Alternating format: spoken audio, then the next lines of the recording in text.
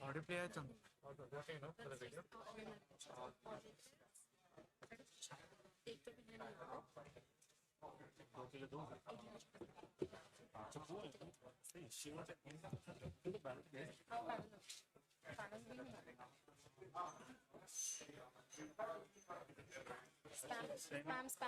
Spam on all your personal groups, call your juniors. Juniors, batches. अपनी भी link सब बुला लो चलो तुम्हें भी कर मेरी लिंक का मार्केट स्टोरी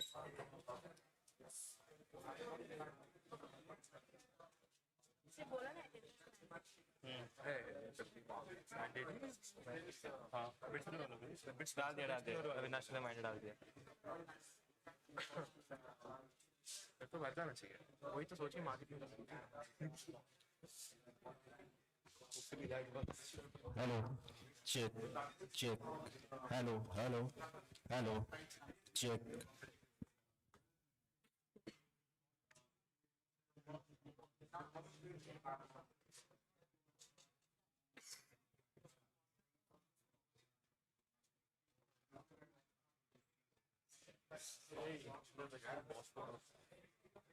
wait 25 back में और कौन सी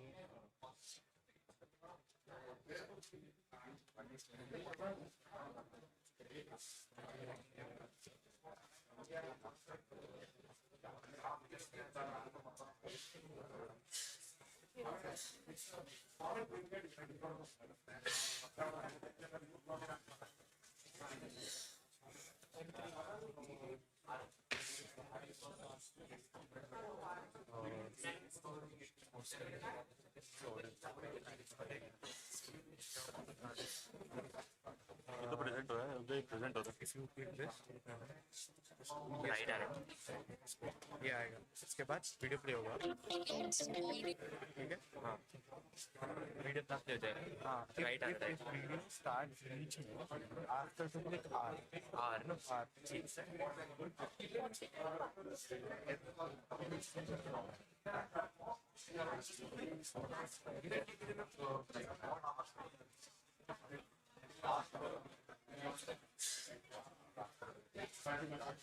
Hello, hello, check, check, check.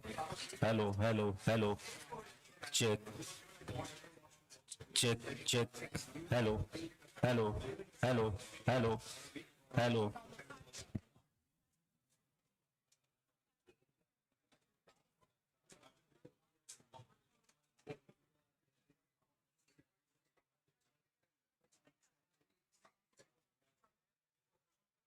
Hello, hello, check, check, check. Hello, hello, hello.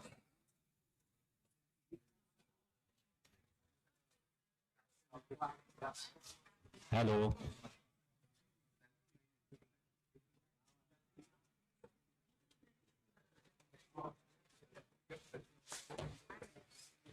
I was just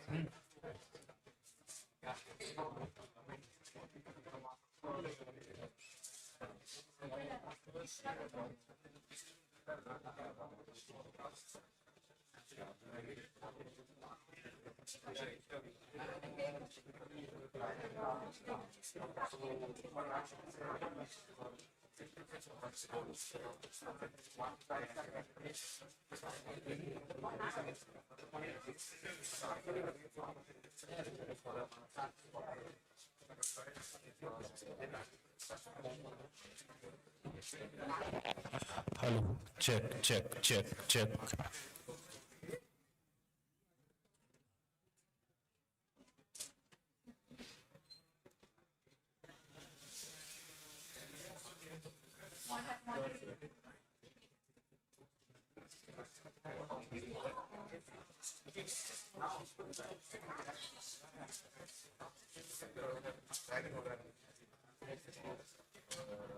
Hello, check, check, check.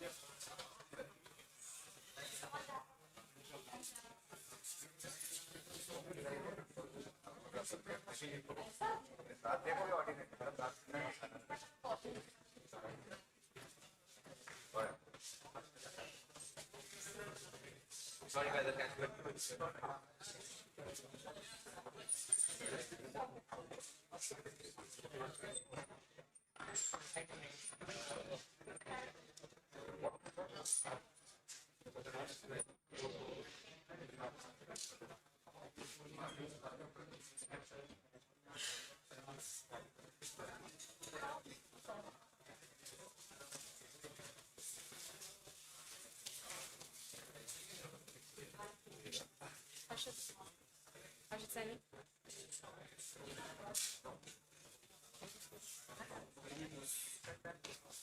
One thing, you can take interviews of all these people. Our panel, your partner, okay, and ask me to report. Like a few. Ask who to? Oh yeah, ask Mithi to report and take a few interviews. Yeah, you can take a few clips. Okay. Tell them that audience is coming, tell them we can do that. Okay. And who are these? How do I identify which guest? Okay, let's see happen for you. There is diversity. That's great. That's the definition. That अभी जो ऐसे कर ऐसे get it? अरे थोड़ा coordinates बता दो यार क्या काम अरे अरे यार फोटो मैं तो फोटो भेज देती हूँ आइडेंटिफाई योर फोटो हाँ do that. I send you Good. एक सेकंड मैं जिया की स्क्रिप्ट चेक कर रहा हूँ. ये जो फोटो है मेरे पीछे वाला सारे फोटोज है जैसे मैंने उससे हाँ ठीक है अंदर बैठा वाला साइड में मुझे पारे वाले ठीक है then there is this वाला ठीक है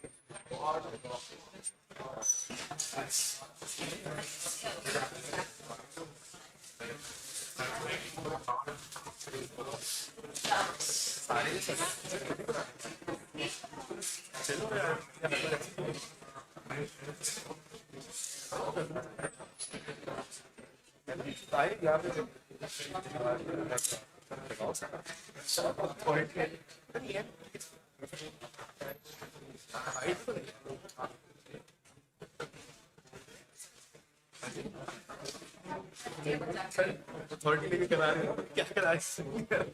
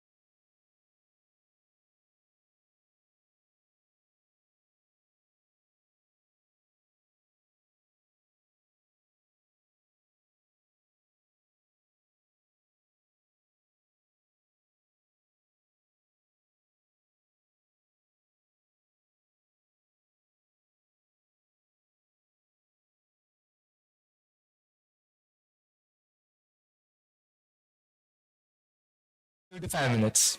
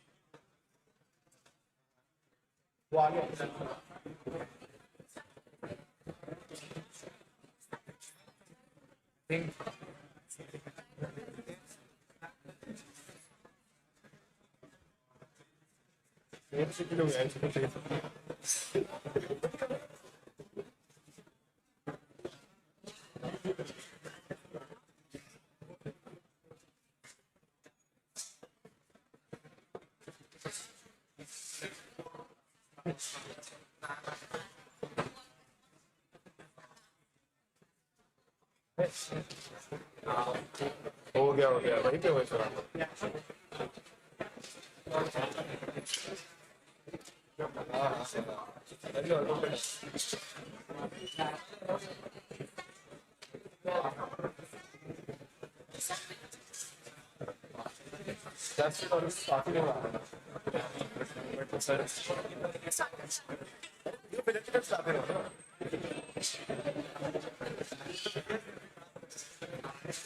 लाइट्स ऑफ करवा के फिर चला देंगे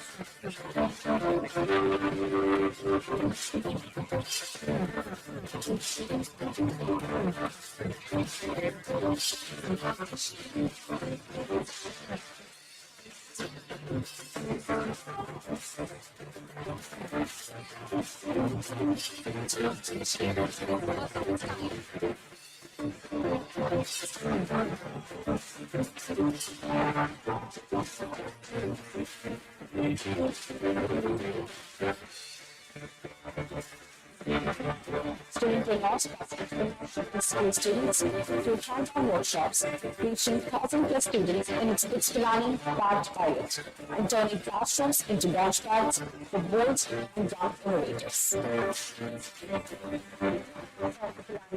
Is a high-impact initiative where student teams boost local businesses through strategy and digitalization. 2024 saw 4 lakh plus in sales and 20% plus revenue growth for 5 Pilani shops in just 2 days.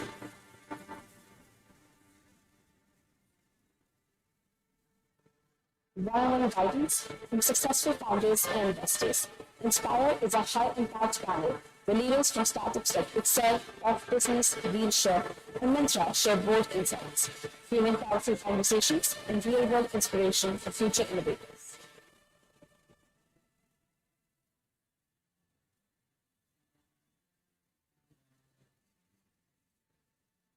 Startup Churcha is a laid-back meet with digital founders and experts in a total track, sparking ideas, conversations, and incubation opportunities.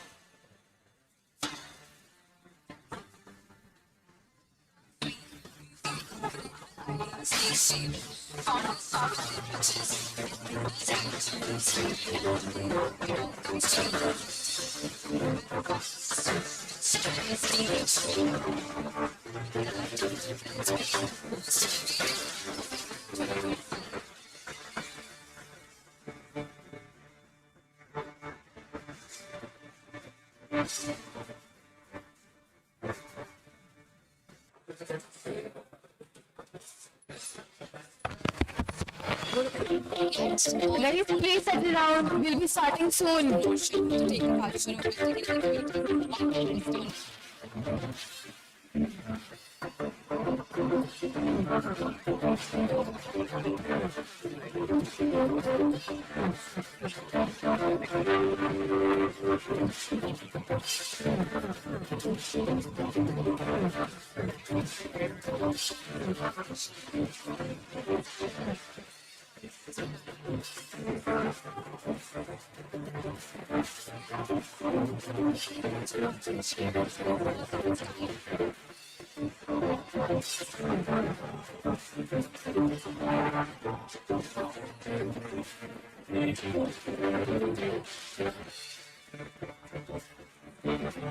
Student will not practice school students to hands-on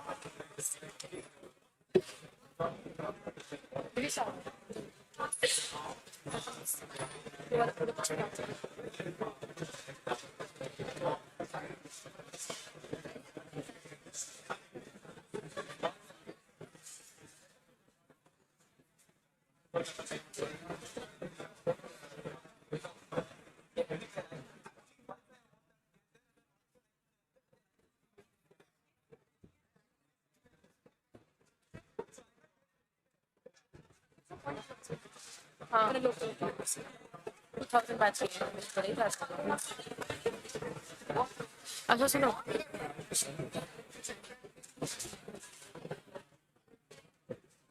ये ऐसे रख दूंगी अच्छा ठीक है फिर individually कर लेते हैं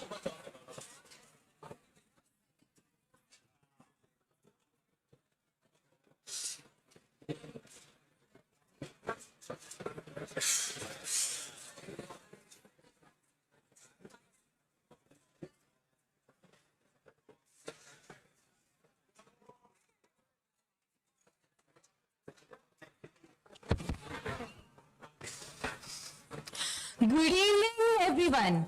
A very warm welcome to all of you to Inspire 2025, an evening dedicated to ideas, inspiration, and extraordinary journeys.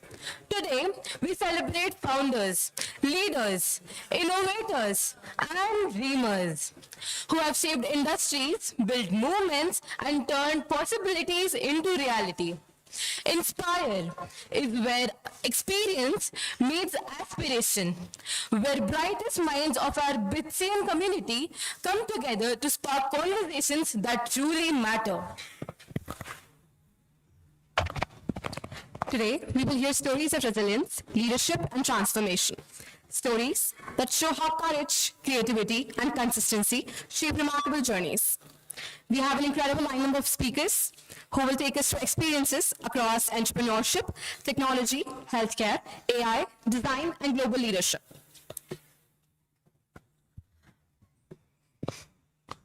Before we move ahead, we would like to invite Mr. Praveen Goyal to share a few words to start the occasion.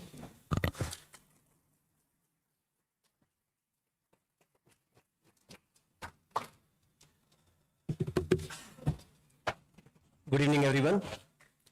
On behalf of the organizing team, it gives me great pleasure to welcome you all to today's panel discussion featuring our distinguished alumni. This gathering is a wonderful opportunity for all of us to reconnect, learn, and be inspired by the experiences and insights from our alumni bringing back to our community. We extend our heartfelt gratitude to Batch of 2000 for taking this initiative to bring this event to the life. Your commitment and enthusiasm have truly made a difference.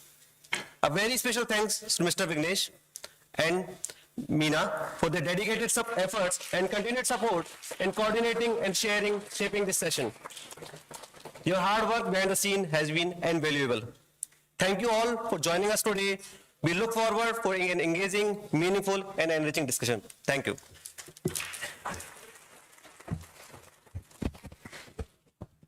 It is my pleasure to introduce and welcome the distinguished speakers for first panel. First, we have Kaushik Mukherjee, sir.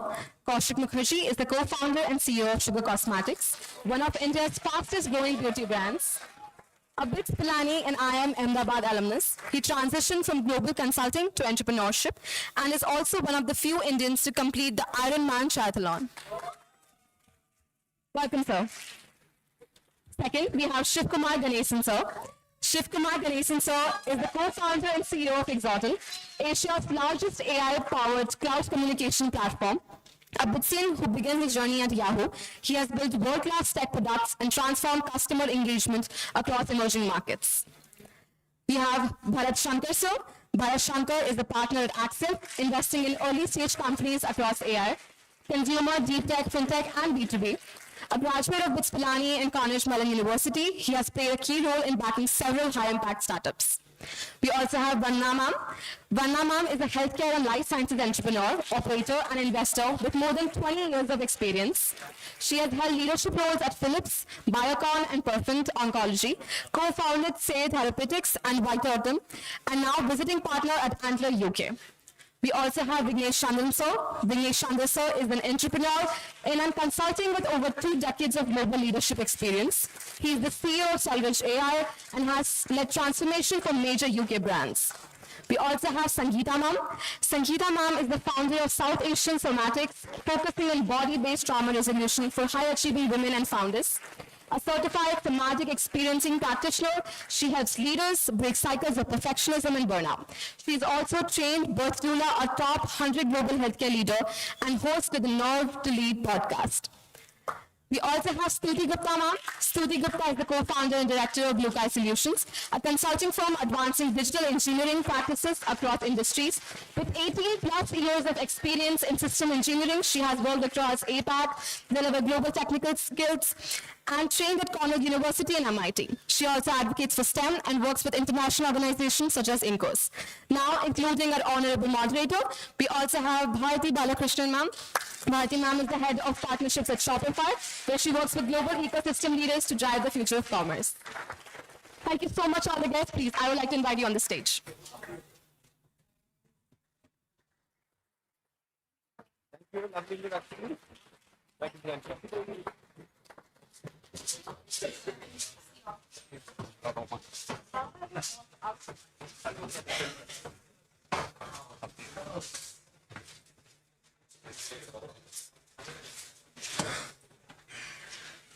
Hi, everybody.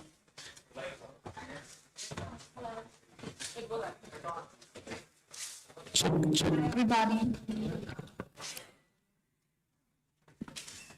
Good afternoon, everybody. We have 30 minutes and some very, very special people on stage, so I'm going to try and get right into it. But before I do that, I do want to say this is a very small representation of many, many entrepreneurs who are across the batch of 2000. I want to call out some more folks. There's Swagat here, somewhere in the first row. I can see Poonam. I know Ashwin Balsu, Mahima, Sandeep Gupta. I don't know who else is an entrepreneur, so can we just take 10 seconds for everyone to stand up who's running their own company, has taken this journey? Manocha, come on, I see you.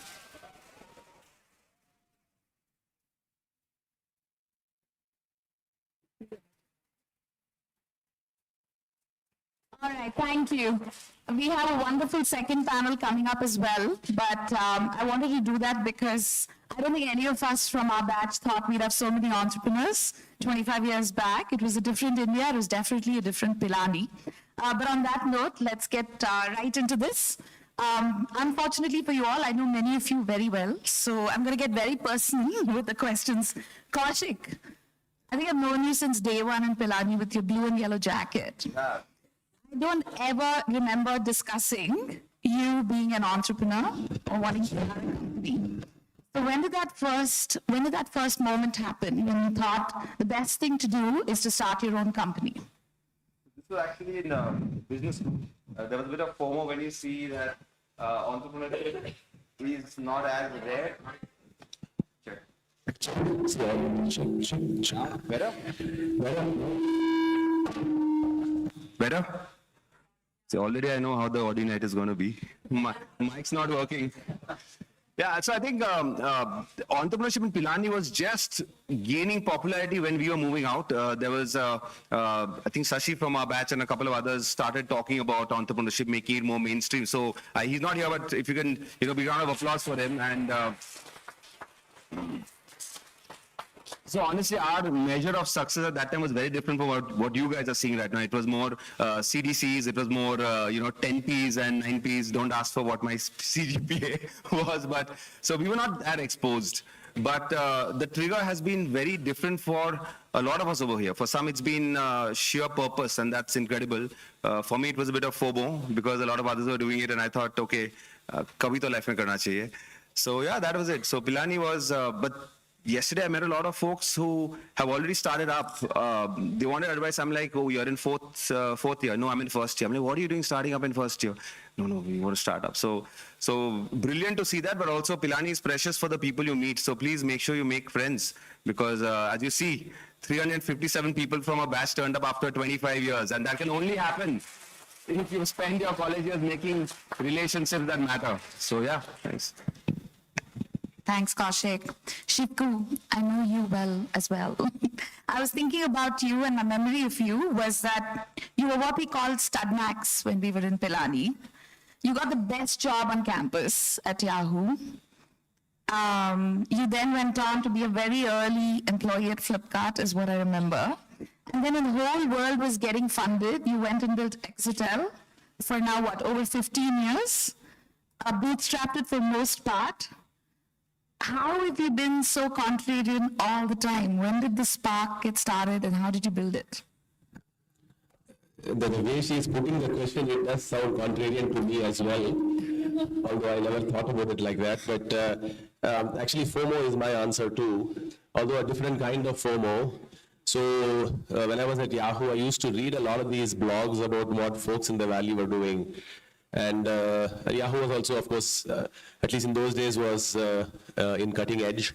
So, and then I used to know some of these people as well, and the people used to quit and start. And so I felt like if they can do it, why can't I do it? And so that's really what it is actually.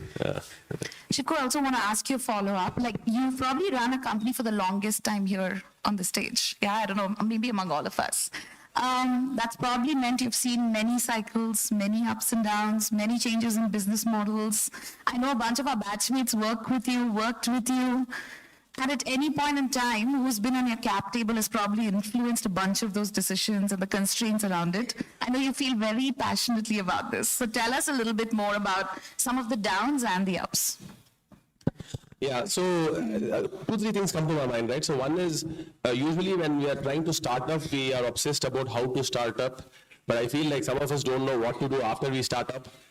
And so actually I went through that phase. So the company was growing, I don't know, 35-40% year on year. It was just profitable. And so we were in the zone of, is this going to be big or am I supposed to go home? Like, what am I supposed to do now? Like, what's the end? Like, is there going to be liquidity? When is there going to be liquidity? So I think roughly you're looking at, I don't know, $100 million of revenue to take the company public in India. I don't know, $500 million, maybe $1 billion of revenue in the US now.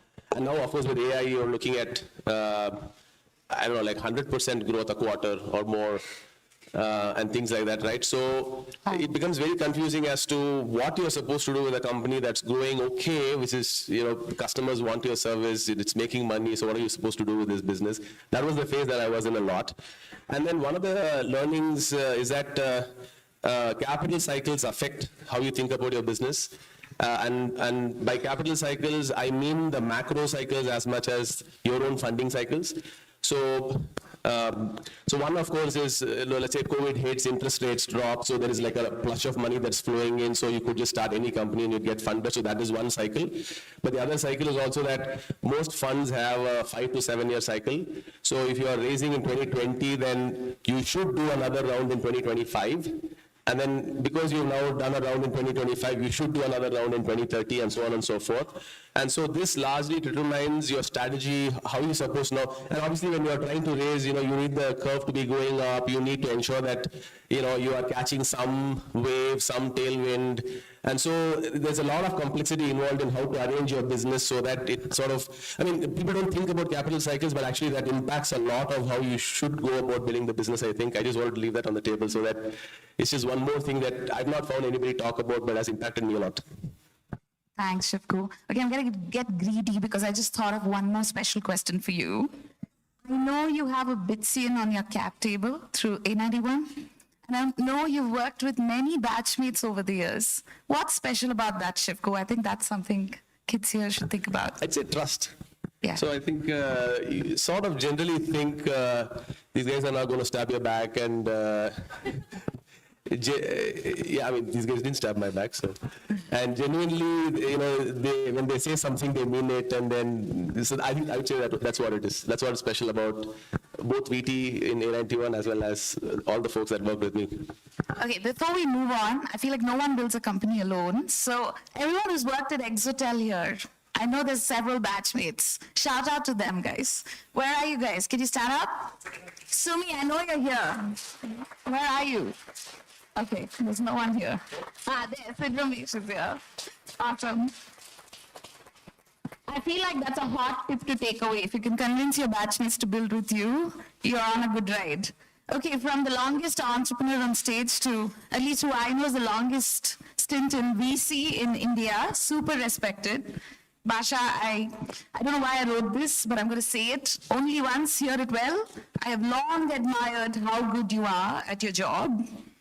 You've been so good at supporting entrepreneurs, but you've also seen many cycles now, right? You've seen 3-4 cycles. You've been in VC investor at Axel now for 15 years or so, nearly. I started as an intern in 2008. Look at that. Yeah, that's pretty much as old as the VC ecosystem in India. So tell us like, when you look back, what do you remember? And I'm sure you don't remember only the shiny stuff. Actually, I had no clue what VC was. So I remember having this conversation with one of my batchmates, KK, who's actually here. I was telling him that I want this job where I find these cool ideas, get money from people, who I didn't have any money, so go collect money from people and then give it to these people who have these cool ideas, and then turn them into companies, and then make money out of that. And then he said that's called venture capital. Right, so that was my starting point, and then Axel happened, and I think in 2008, most founders that I used to meet, 2008, 9, 10, the first cycle of investing, including companies like Flipkart, I remember there was no way to imagine a path to more than 30, 40, 50 million of revenues in India at exit. Right? That was 2008. I don't know if the kids in this class even think of Flipkart as a startup at some point, right? Yeah. Okay, not kids. Sorry, I take that back.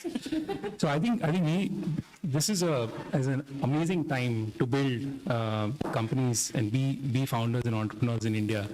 I think if you look at the next 10 years or 15 years, our economy will double. You're adding about $2-3 trillion in GDP in the country. Big portion of that is going to go into startups and ideas that are going to be dominated through new technologies, and we are obviously at a cusp with making this transition into AI. So I think it's super exciting to be an entrepreneur. But what has changed is how you go about building. I think that's a big change that's happened. I think the last wave we saw people.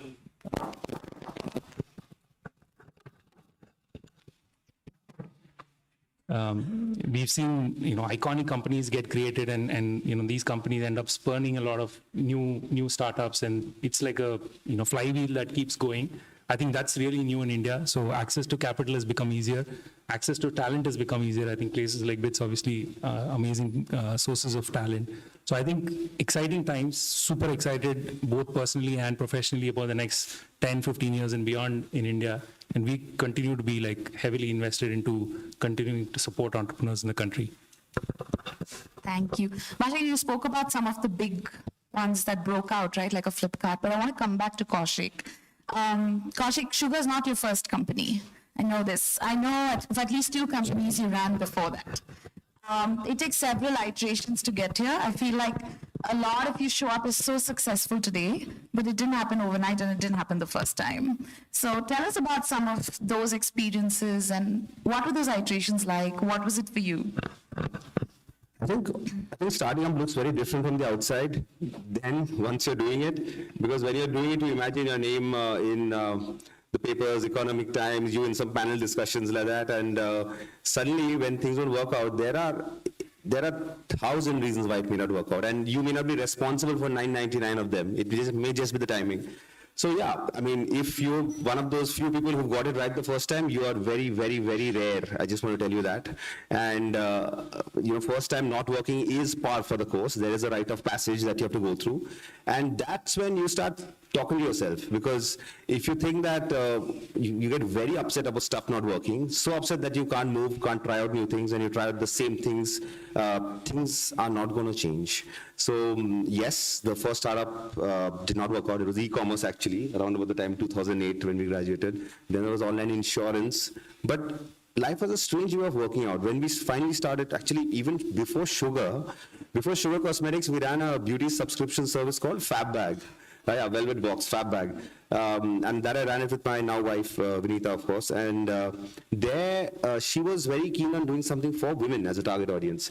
And the only thing I liked or learned from my online insurance startup was how do you cut across the middleman and sell directly to the consumer. So direct to the consumer, which was even before DTC became a thing. So yeah, you have to try more than once. And they say if you failed, if you stop trying, that is the story you live with, that is your story you leave behind. So sometimes like that cricketer who's failed many times, you just need one century to get back in the game. You just need one non-flop movie for people to remember you as that, this guy delivered a hit. So you keep trying, and sometimes if you're trying so many times and you need a break, please. I took a break for 2 years, went to work with consulting McKinsey and came back, but so I think that's what kept a lot of us going back who didn't make it the first time. Thanks, Kaushik, for keeping that so honest. Vandana, I'm going to go over to the ladies. I have to share that Vandana was my roommate in year 2. And unlike all of the rest of us, or most of us who went on to do a master's or an MBA, she went right into the corporate world, killed it, rose up the ladder in healthcare, which also was not familiar to most of us in the batch. And then one fine day, she gave it all up to startup. And she built a company, and then she did a lot more, but I'm going to start with, what was that moment? Why did you suddenly change track?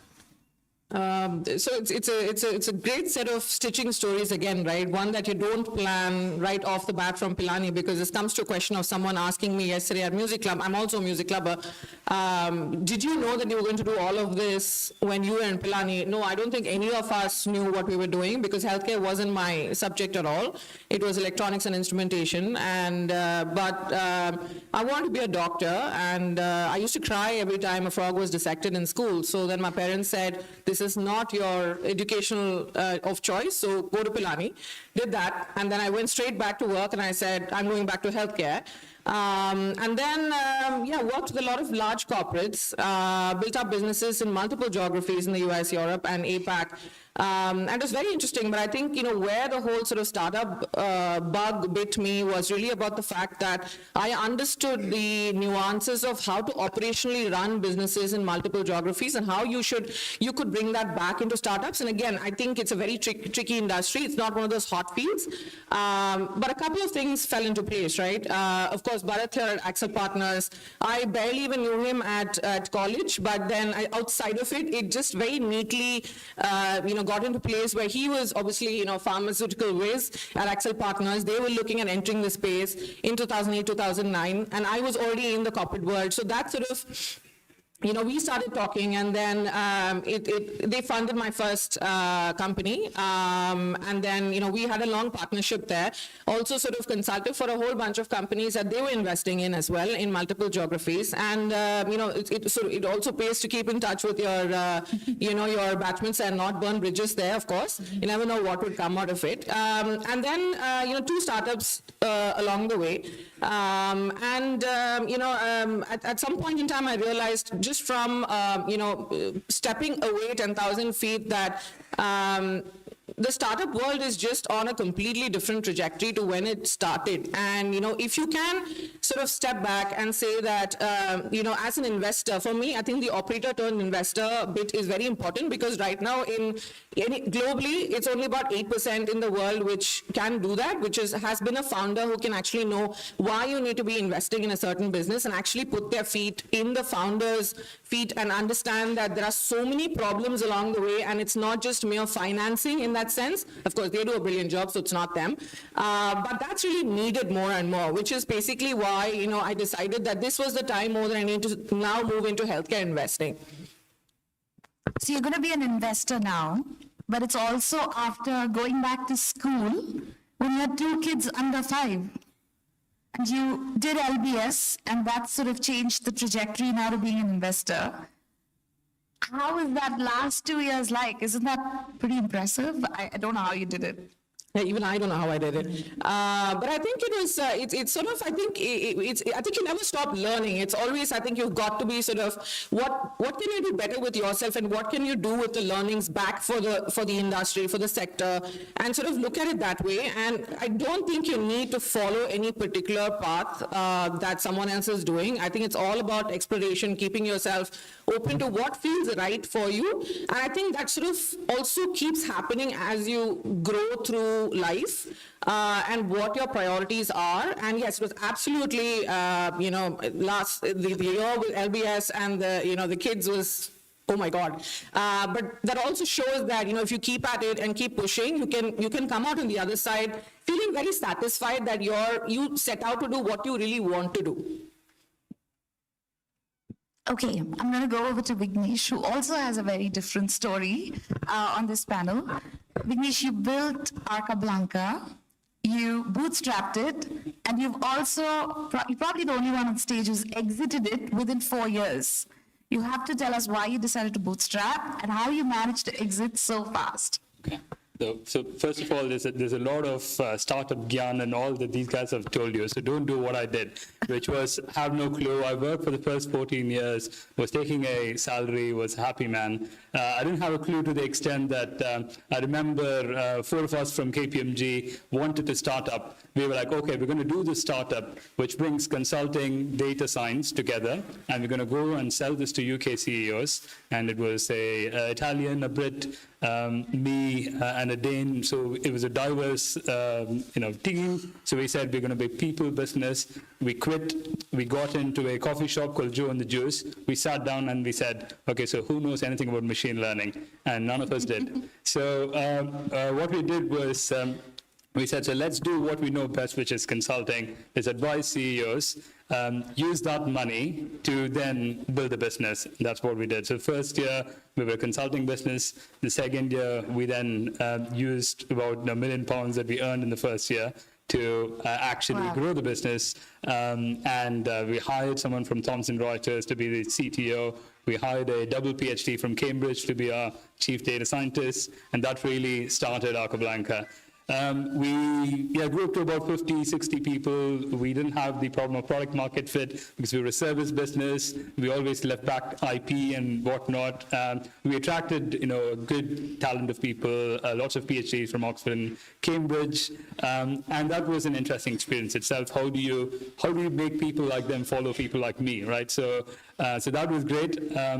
What led us to an exit was when you start a people business, of course, it's a different trajectory to a product business where you're heading for big exits, you're heading for this 100 million revenue, a unicorn valuation, so on and so forth. Over here, people have been kind of bootstrapping. We've been through some very tough times to grow the business, and there needs to be some kind of a payday.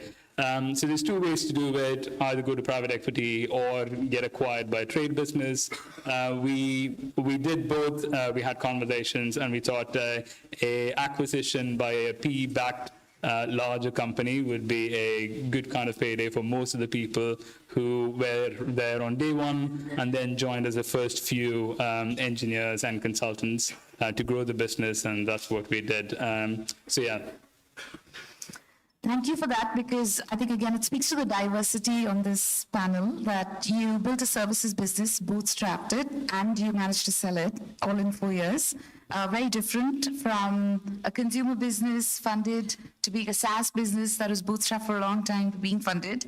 And then on that note, I do want to come to Sang, because she has a total other business that she's built over the years. Sang, you were like a high-flying executive from what I remember in the US. And one fine day, I remember you called me and you said, I'm moving to India and I'm going to do something, not quite sure. And today you're a global leader in your niche and you help a lot of women globally. Tell us more about what you do and what made you make this dramatic pivot in your career. I was thinking of how to tell the story in a coherent way, and maybe this won't come out the way I think it will. But I think for those that have known me in college, I used to be pretty activisty in college. I remember campaigning for Aditi, first woman Gen Sec, shout out. I think I've always had a bit of activisty personality, so that helped. Spent years in I actually studied general studies in Pilani. For those who it's called I don't think they have it anymore. Do you have general studies, C2, I think, right? Yeah. So it was humanities, and then in my third year, I took a bunch of courses in computer science. Professor Rahul Banerjee said, I'll write your recommendation. Did that, applied, studied masters in computer science, and then started in tech and SaaS, and then moved to management consulting, strategy consulting at Accenture, got pregnant, had children, and I think I wouldn't have started up if I didn't have my children. So it's one of those where, if I could do this, if my body could do this, what else could it not do? And then, so mix of passion and definitely FOMO and a lot of conversations with you guys, all of you. My first venture was not what I do now. I actually became a birth doula, and I spent time in birth rooms helping women. Wow. And that's a very intensely emotional, deep feminine space. And then in parallel, because I also had this analytical side, did consulting gigs with WHO, UNICEF, Indian government on the policy, mental health policy, that sort of thing, because it was natural to what I did.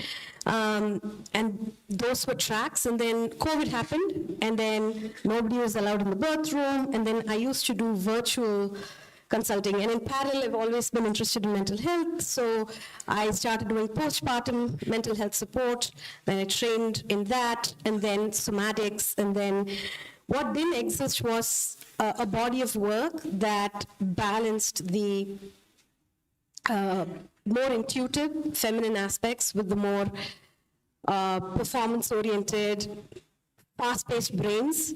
It felt like it was one or the other, and there really wasn't anything in between. And so I built my own body of work. It's called South Asian Somatics, and here I am.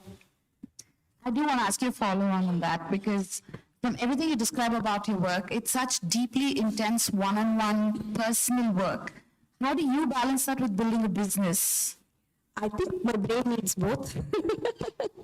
And so I think over the years, I've had business advice from a lot of people who've asked me to focus on the business side and then hire somebody to do the more one-on-one stuff. But I think it's very, very rewarding to be in that space.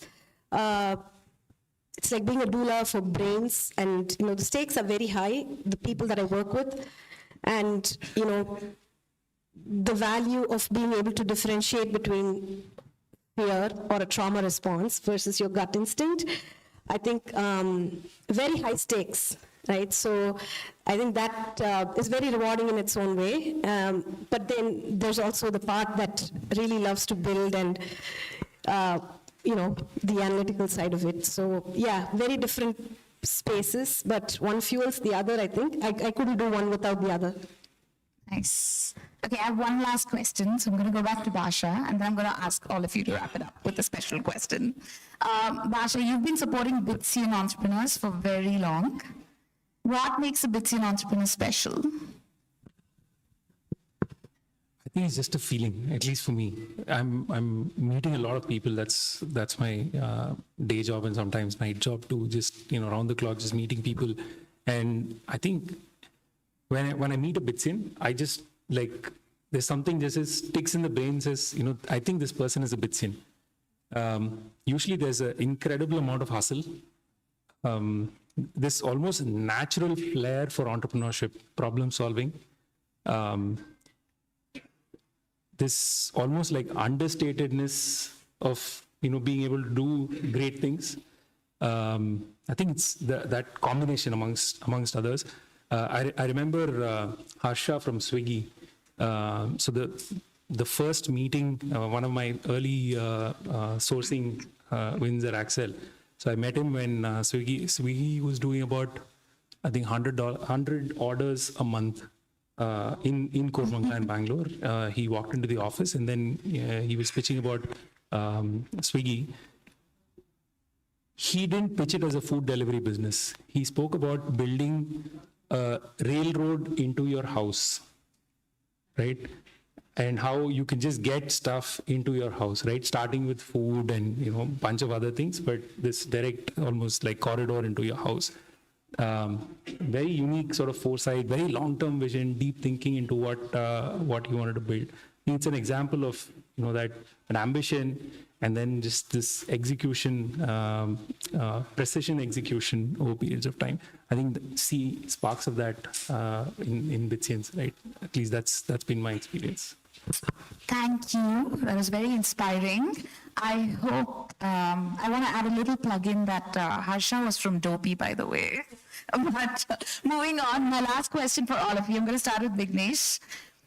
Go back to your time in Pilani. Now that you know that you're a very successful entrepreneur, tell us one way in which you'd spend your time differently. Time differently. Okay.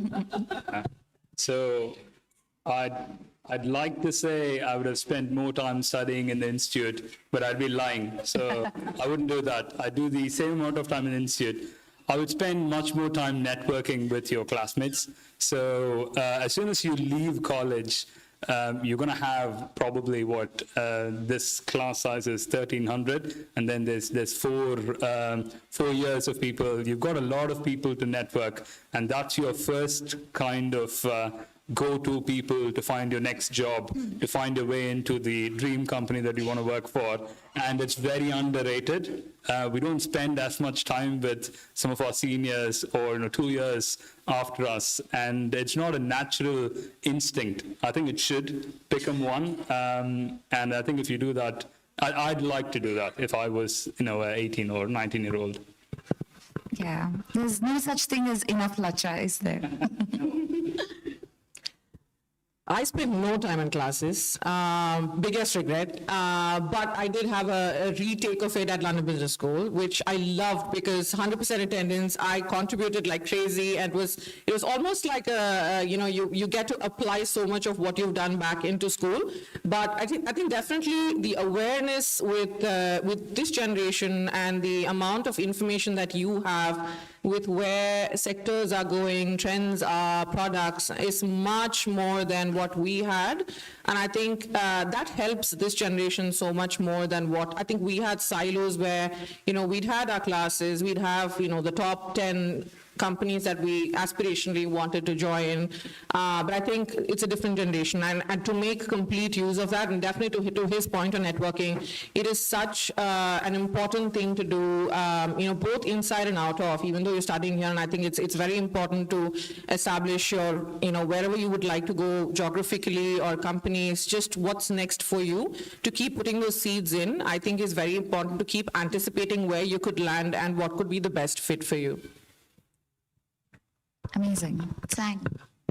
I don't think I would have done anything differently, but you guys, I mean, these 4 years gave me everything. So there were people that I met here, and then a lot of you all became very close to me after graduation. So I think this has been family, this has been networks, this has been all sorts of things, you know, so very grateful for that. Sorry, what was the question? If you were to go back 25 years, what's the one thing you would spend your time differently on? I don't think I would change much from at least my time at BITS. One thing I wish I'd done more was I used to work hard on getting rid of things that used to scare me. I used to be terrified of being on stage, like to the point where I would just avoid and just run away. So I worked on that, for example, when I was in BITS. I wish I had identified a lot more of that and worked on them early on in life. Maybe that's one thing I would have changed. I don't think I networked enough on campus. I think it started happening once it became a professional thing. Maybe that's something I would have done a lot more. I think going back to Boston's point. He's also called Boston, by the way. So actually, mine is also Vignesh's answer, networking. So I think you guys got a pattern now. So I did network all right, but I also feel like I didn't get to know people deeply enough. So just to understand how they think, I'd probably do that more. I will not say networking. I think one thing about Pilani or any engineering college outside of your base location is that for the first time you're without parental supervision, and you're here with a bunch of maybe 500,000, I don't know, other people without parental supervision, and it's a very new and exciting space and place to be in your life. So sometimes, I don't know whether the batch is much more mature right now. In our time, I remember struggling with suddenly living up to everybody else's expectations, trying to keep multiple people happy, trying to worry about, does this person like me? Does this person, am I going to be friends with the person, that department I'm not too close to? Do I need to go and network with them? I think one thing life teaches you the hard way is that it doesn't matter who likes you, it matters who ends up respecting you for what you do. And sometimes they respect you for just sticking to what you believe in. So all these are big words which you will someday say on stage yourself, but Pilani can be a little confusing at times. Don't let it get you down. You're fine. What a wonderful way to end this.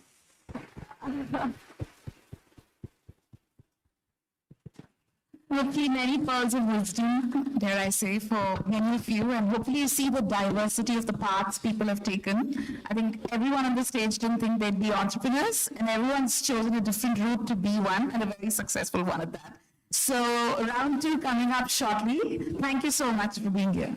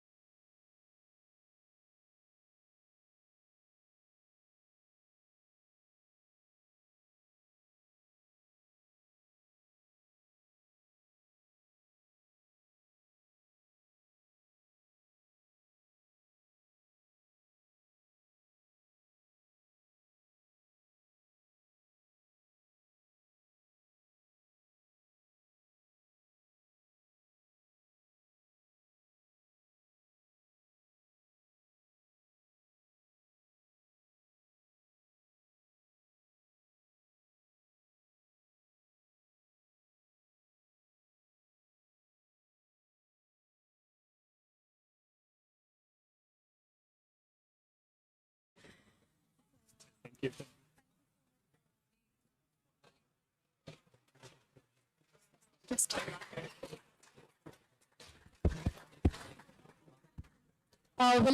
like to call upon Meena ma'am for her really kind words and for arranging everything for us. Thank you, ma'am. Thank you so much. Meena ma'am. Yes.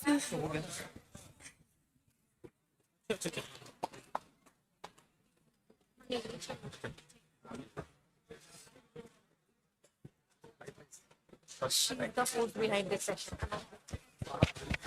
She is the entire force behind this entire session. So thank you so much, ma'am. Thank you very much. I'd like to call Vignesh Raja for as well for his contributions to the event.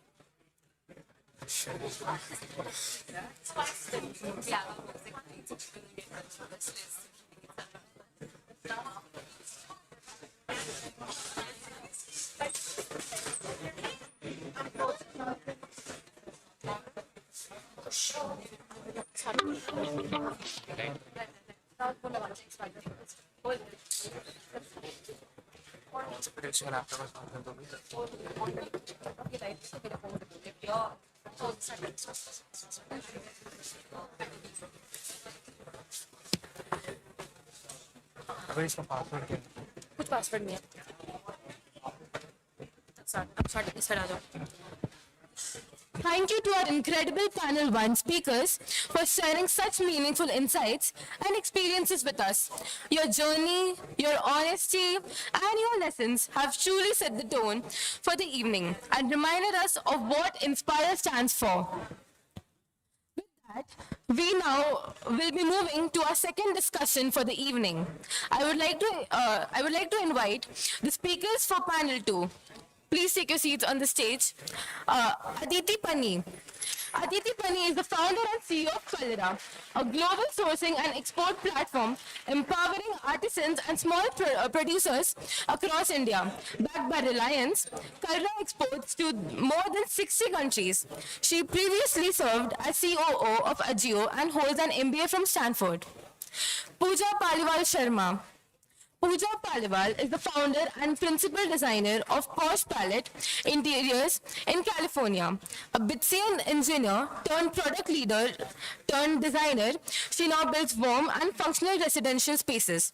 She also holds an MBA from Duke University. Gaurav Mathur.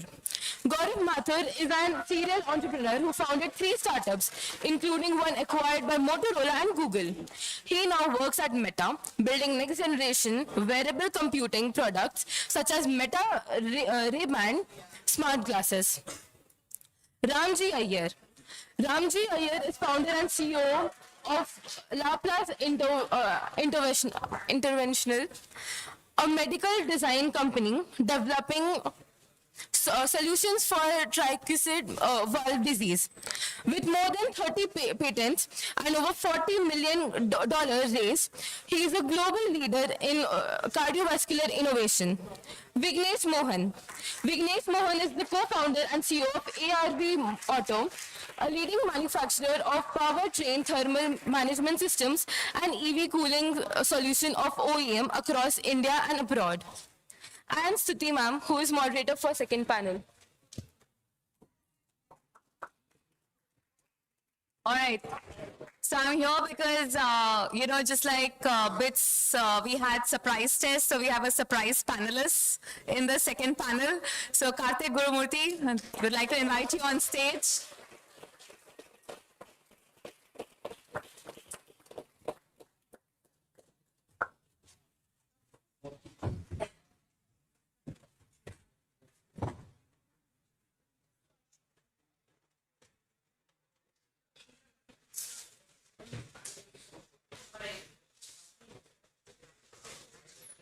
All right. Good evening, everyone. Thank you for staying put.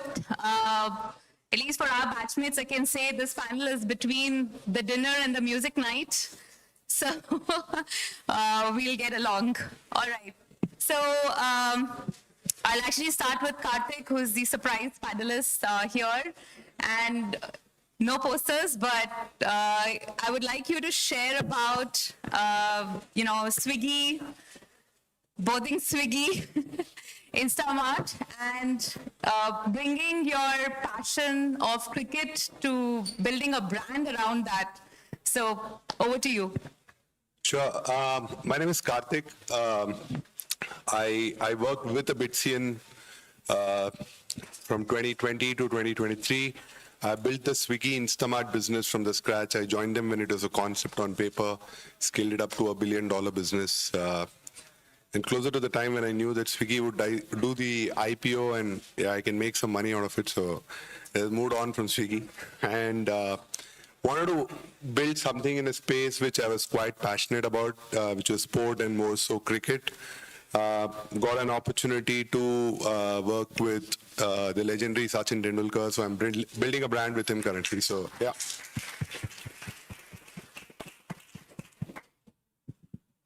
All right. So how did you, I think for the students or for everyone present here, would you like to share something about, bringing this intersection of passion and building a brand around it? How was the experience and how is it different from what you did before with Swiggy? Yeah, I think, I started my entrepreneurial journey very late. Obviously, I was in my 40s and I started. But I think the stints before that was just to get the guts to start up. Swiggy gave a brilliant opportunity to actually set up a business. It gives you a lot of freedom in terms of how to build a business. And then when it came to actually a stage, I remember just before I started up this company, and to be honest, my first idea was to again build something in the e-grocery space in India. I'd got 2-3 term sheets from large venture capital firms. I think it was December 2023 when I took a real reflection on whether I wanted to do that, because I was doing it much more from the mind than from the heart. I thought that would I be wanting to do this for the next 10 to 15 years or so, and it was hard because sometimes when you have the check in front of you and you have to go and say no. So yes, I went and said no, and for 2 or 3 months I didn't have an idea. But then after that, once sort of the dust settled down, and then I said, this is what I really wanted to build. Pitched to a venture capital firm. It was Sequoia, and they liked the concept. And I would say that sometimes it's just that it just happens. It's just luck. Things fall in place, and then you start building something on that space. So if you're just passionate about it, and then you have to literally think about it. For me, it's still the year 2, but you'll have to just think about it, saying, will you be at it for the next 10 to 15 years doing the same thing? At least you should be at it.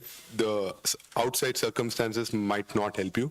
And I think Shivku is a great example. I mean, he's been at it for the last 15 years. So yeah, I mean, build something in a space which is where you're passionate about. I think that's more important. That's a great takeaway. I'll come next to Gaurav. I've not talked to these guys much on campus. Most of them are from MEC, like me, but I don't know if we did the CDCs together in the classes. So, anyhow, so I also learned Gaurav's name is GMAT. I learned about that in this reunion. There's a lot to learn, a lot about your batchmates, new discoveries. So, Gaurav, serial entrepreneur, staying in the tech space, and now with Meta. How's that journey been, and how did you decide, to be here in Meta? I think I've been in the wearable space for about 10 years now, right? So my last startup was kind of in the space. Then one thing I learned as I was doing my career, right, is I think there are key learnings you have about a space once you get into it and immerse yourself fully. So not purely accidentally, but not quite as a theme, I observed that almost the first 10 years of my career were all in mobile. Like mobile as we know it today started sort of in 2007 with the launch of the iPhone. And I was completely accidentally found myself on the Android team. Then Android was 10,000 devices, saw that journey. Next startup was completely based on that. So when you do the clock, it's that 6 to 8 month year period. And so then I picked a space. I was like, okay, where do I think this is going to go next? And I was like, okay, we're kind of in this ambient era. Now we've gone from big computers to smaller ones. Next one's the invisible computer, which means it's going to get really small or be all around us. And actually, it's come to light, right? I mean, most of us, I suspect a lot of people have multiple devices, living room computers, you talk to them. It's much more naturalistic computing. So I kind of entered that with that mindset, as, okay, variables is the area that's going to go. So I picked that as my theme for that startup. My time at Google was based on that, so I moved to the variables team. So I worked on the mobile watch, I worked on the Pixel watch at that time, the Samsung partnership. And then Meta was just starting up their variables team. So it was that very fascinating thing, like, well, that team was 50 people, is now 3,000. So I was like, okay, I have the funding of a big company. It is still variables, get to build it out. And it's kind of a startup, right? Very easy, fast decision making. So I kind of gotten very close to the ground level there. So it's kind of this very bizarre, I wouldn't say minus 5 years I would have planned this out, but I think there's this blueprint I was somewhat following. I'm kind of still on it. So that's kind of interesting theme there. Excellent. Starting up, entrepreneurship in a behemoth. That's right. In a giant company, right? Scaling to 3,000, that's a big team. Yeah. Great. Ramji Iyer, MEC batchmate, did PhD in mechanical engineering. I guess one of the few of us, still in the MEC space. Was medtech healthcare space incidental or accidental? It was incidental in the sense. I mean, I always had interest in biology. I mean, some of the our batchmates whom they know that right from high school I had interest in biology. But then I came to BITS because a lot of them came to BITS. So and then eventually kind of there was some connection along the way, and I started working in the medtech space. Did my PhD in bioheat transfer. Then started working in the cardiovascular space, mechanical engineering. It's still mechanical engineering, but then solving biological problems, right? I mean, and that just continued. And I didn't start until like 5 years back. So it just was, just went on to next thing. I worked in a startup and understood how a startup works. And then that was the right next step for me. So that's how I just started. So, yeah. Great. So what's happening at Laplace? So it's a transcatheter tricuspid valve. So it replaces your native tricuspid valve. So when your native tricuspid valve leaks, there is regurgitation. Eventually, your heart fails. So what we do is basically develop a valve that can be deployed either through a vein in your neck or leg, and then it basically replaces your dysfunctional valve. And yeah, so. So for those of you who know, in medtech or healthcare space, it's a very highly regulated industry. So it takes time to establish, it takes time to get the approvals. So what different thinking have you brought in Laplace, having seen what was at Jude and other, the overall industry? How is it you're making it work? Yeah, I mean, obviously, I took a long time to understand the space, and that helps significantly. I mean, when you start off, I think the key things that you are looking for is some sort of user validation. But at the end of the day, your physicians are whom you need to sell the product to. They need to buy in to the technology. So you basically work with them. You either have them as a founder or a medical officer, etc. So there are certain things that we did along the way. But again, like I said, I've spent a long time, and that eventually helped. And yeah, so. Yeah, it takes that deep work to really understand a regulated industry and have a product introduced in that. Great. Aditi. So I think, I'm sure the junior batches, if you must have heard about Aditi, and and even in the introduction, it was spoken about her. In an interview, it was written she's an idealistic student. Aditi, tell us about. Is it true? Were you an idealistic student, and what you are doing today in the social venture space? Absolutely. I think I would say that a lot of my motivation and can you hear me? Can you hear me now? A lot of my motivation and confidence, to do what I do today, to have made the choices that I made along the way, definitely come from having been actively involved in and with the student community here at Pilani. I think I would say that many of us, when we are in undergrad engineering college, we don't really know what we want to do. We don't really know what our passions are. We don't really know what we might be good at. And I think the only way to find out is just to actively do many different things, which, builds that self-awareness of, maybe I'm interested in some aspect of this, and maybe I do like, or this is something I can spend hours on and not feel tired. And so yes, I think I had the opportunity to do that in Pilani, and I think Pilani is very special because it, is an environment which is isolated and is an environment that, forced us in many ways to do this. And yes, I think I graduated very idealistic. And I think I was maybe one of the few people out of our class to join a social enterprise straight out of Pilani. And I can talk more about my journey, but yes, very much so, to answer your question.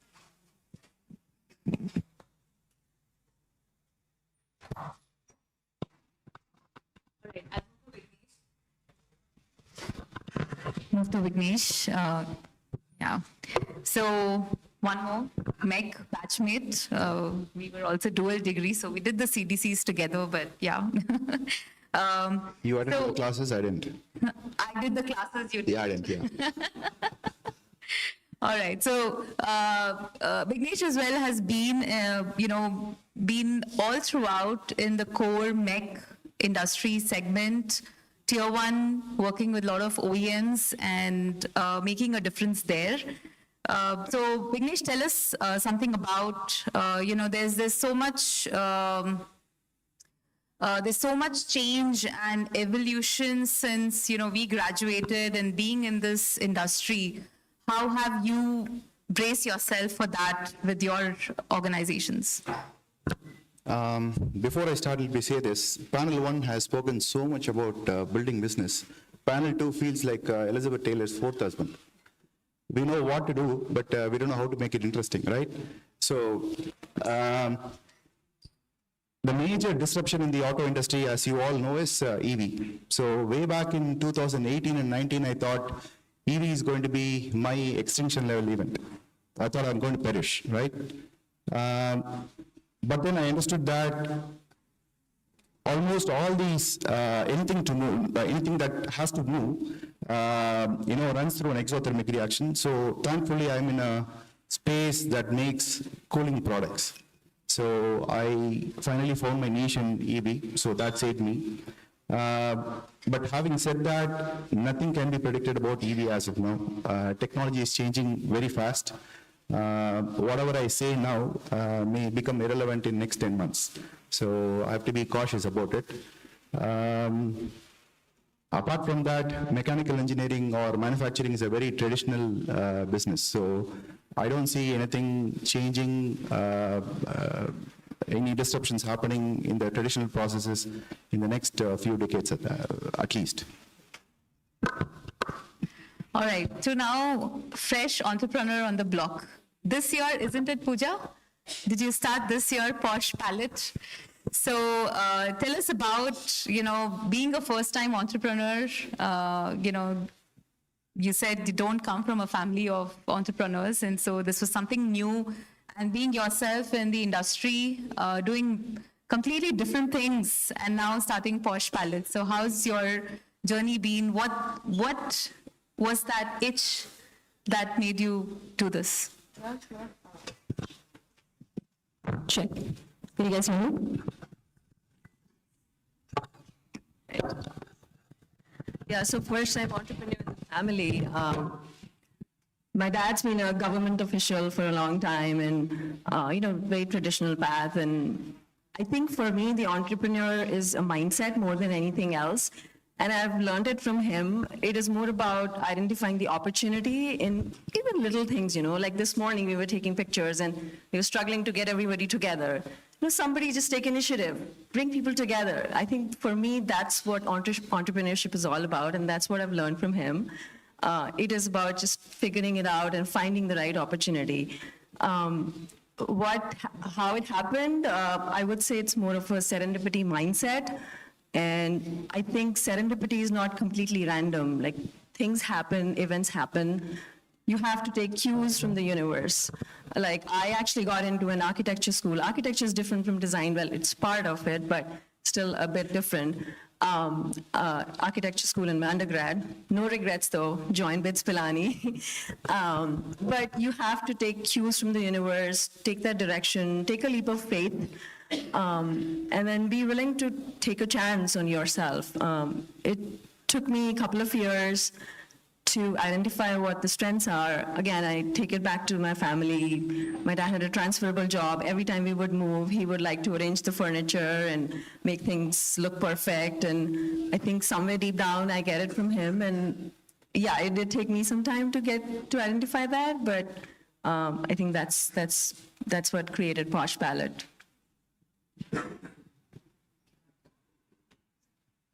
Right. Nice. Thank you.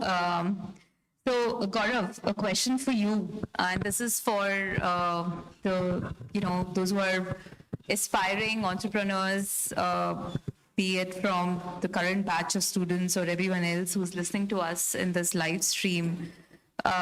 What is, one myth you would want to be permanently busted about entrepreneurship? So many. I think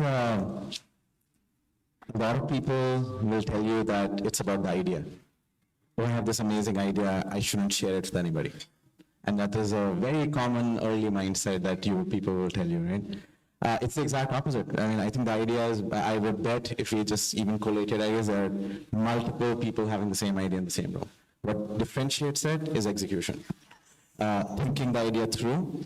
And in fact, sometimes the more people, publicizing it on a website is one thing, but when you have trusted advisor networks, people who are experts in the field, and you run the idea by them, you're actually refining it, or you're getting validation. So it is a very essential part of the process. Do not skip it. Do not work on something for like 6 months, a year, and then say, this is the perfect product, I will bring it to market, and everybody will want it. Most likely, you're going to be wrong, right? So share the idea, refine it early, you're just refining. Perfect idea, there's no such thing as a perfect idea.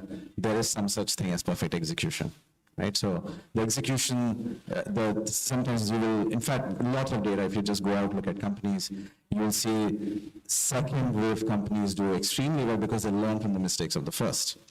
And then they refine those ideas and execute better, right? So how can you do that in the first wave is what makes you the winner. So that number one. Excellent. I so echo that. And I founded Blue Kai just 2 weeks before the first lockdown of COVID happened, and everyone was available to listen. Yes. So all I did was share the idea and just kept making it stronger. So I so echo with that advice. Ramji, I believe you work with a lot of young, aspiring entrepreneurs. So what's the trait you love spotting in the young entrepreneurs? What's your advice for this group? Because sometimes we feel and we take things for granted, right? Like Pooja talked about serendipity or, having that itch. So what's your advice? Yeah, I mean, the last panel talked about, how it's not a straight path, entrepreneurship is just, it's always like, 2-3 steps forward, you go back a couple of steps, and then but you just have to keep going. I mean, I call it the fire in the belly. You need to be driven. You need to keep moving forward. It's not going to be easy. there will be setbacks. At some point, you get used to setbacks, and then you just keep moving forward. I think that's just how it's going to be. It's going to be a grind. So trying to tease that out is something. I have to also talk about, you have to be networked. It is important. It is important. And I mean, even when I first started, and despite the fact that I started after 15 years, I went back to the same Bitsians, and a couple of Bitsians, Sanket and Ram Seshan have invested in LaPlace. So they had no idea about what I was doing. Most people don't, but they still invested in me, and the trust that you believe and all that. Again, being networked and it's super critical. So yeah. Yeah, I think very golden aspects of networking and having that trust. Aditi, if I can go to you next. So, as I go to different forums, in the students' incubation centers, there's only one theme, AI, Gen AI, right? What advice would you give to the aspiring entrepreneurs to think of them as enablers and find a niche like how you're doing with Clara, right? How do you try to match that? What would be advice to them? I think Clara was really a convergence of what I'd done for a long time, which was both brick and mortar, retail, as well as e-commerce in lifestyle space, combined with what I'd done early in my career, which is in the social enterprise space, and a space that I also had a lot of interest in, which is product and design and so on and so forth. And I think I spent deliberate time trying to find, hopefully sizable opportunity in that broad space. And, with what we do at Clara, which is a cross-border B2B e-commerce enabled platform, essentially looking at,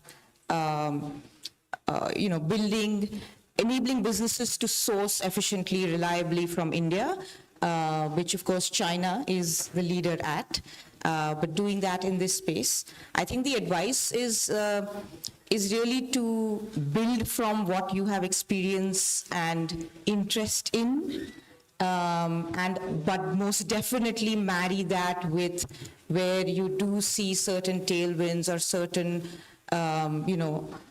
evidence of, opportunity, especially from a longer term horizon. Yeah. Thank you. Vignesh, if I can ask you, since you've been, managing business since a long time, and in the automotive space, what's one quick line of advice would you give to your 21-year-old self who graduated from BITS? Had I known that I'm going to be in the same line, I would have paid a little more attention in the class. That's a given. So I'll put it this way. So entrepreneurship is a very lonely journey. Sometimes we feel we are all alone, right? So when I feel very low, I call upon some of my friends and just talk to them on any random subject. It doesn't have to be about what you feel and all that. I feel really energized. So I'm repeating the same fact that everybody was saying here. You speak to those friends because you trust them. And the best place to make those trusted friends is right here. So grab every opportunity to network, make lifelong friends, and that will come in handy when you, yourself going through an entrepreneurial journey, right? So that's, I thought, very personal, and I should share with everyone. Yeah, thank you for sharing that. And Aditi also mentioned, like, we were in an isolated place and we didn't have phones at that time. We would use the STD PCO to call our parents. once in a while, and we would always be in Connaught having coffee or Maggie and talking lacha, like, right? So I think that paid a lot. And so even though we may have the technology in our hand, I think it's worth it to keep it aside and have those conversations while we are on campus and build those bonds. So definitely. Pooja.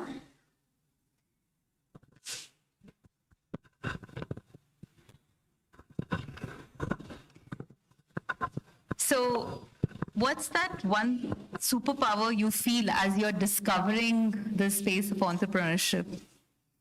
It's kind of related to what Vignesh and Ramji said. I wish I had the power to establish trust early on and even know how to establish trust, right? And I would actually like to quote the motivation speaker, Simon Sinek. He said, "You establish trust not by offering help, you establish trust by asking for help." And it's a very profound statement if you think about it. When you ask for help from someone, you're actually empowering them, right? And that to me resonated so deeply.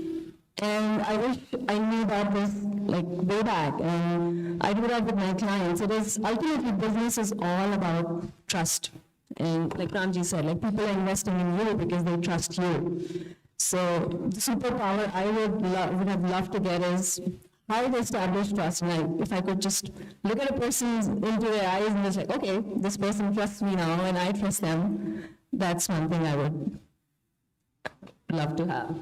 Great. Karthik, I have to think 30 seconds because the only name we knew about him was Consti. So,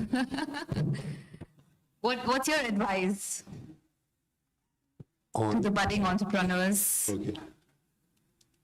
See, okay, so I don't think I'm in that position to give an advice because it's been a couple of years since I have started up. So, but I would just say that, I mean, just follow your passion, and if there is something which actually interests you and you want to build something in that space, just build in that space and then just be passionate about it, because when you're going to see all the down times, which I think a lot of founders in the earlier panel also spoke about, and I think what Aditi also spoke about, right? So it's just that that desire to build in that space and what keeps you interested always is the one which will keep you going. And I think that will be my only advice. There are, I mean, you will see gold sometimes in some other space. A lot of, I mean, I'm a computer science engineer, but I don't know anything about AI. The gold is all in AI. But yeah, don't go and chase something which you don't know. That's simple. Thank you. I think with that, we will wrap up this panel. Thank you so much, everyone, for being here. And thank you, everyone, for precious time. Now we'll be running for our music night. Thank you so much.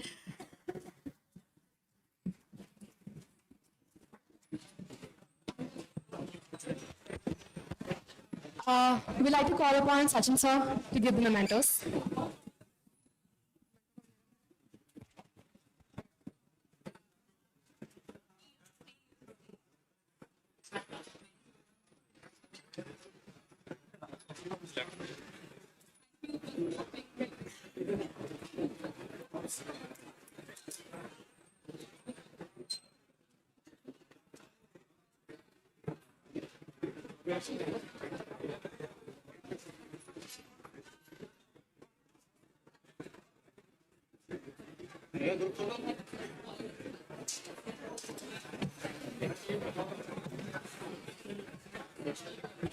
Aditi Pani ma'am.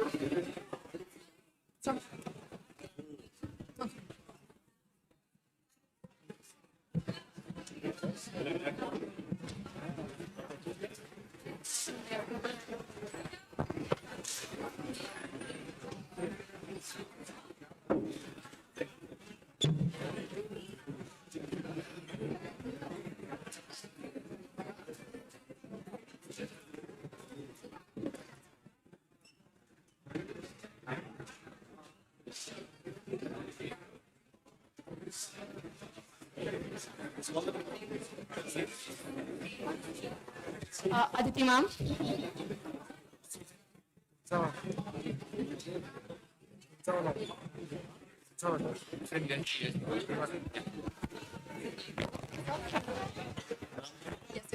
Aditi ma'am.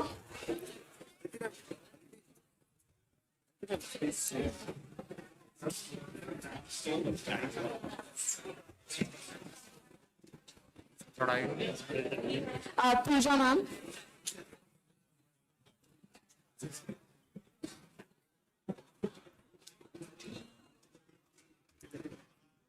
Gaurav sir.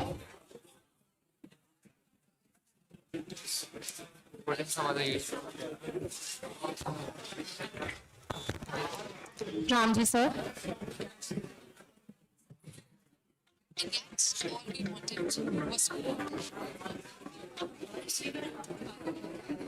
Vignesh sir.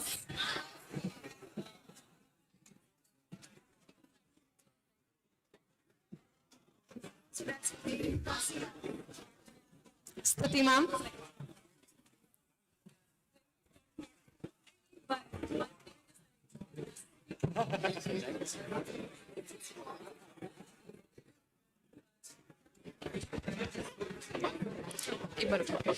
Can I please request all the panelists on the stage just to take a group picture with the team?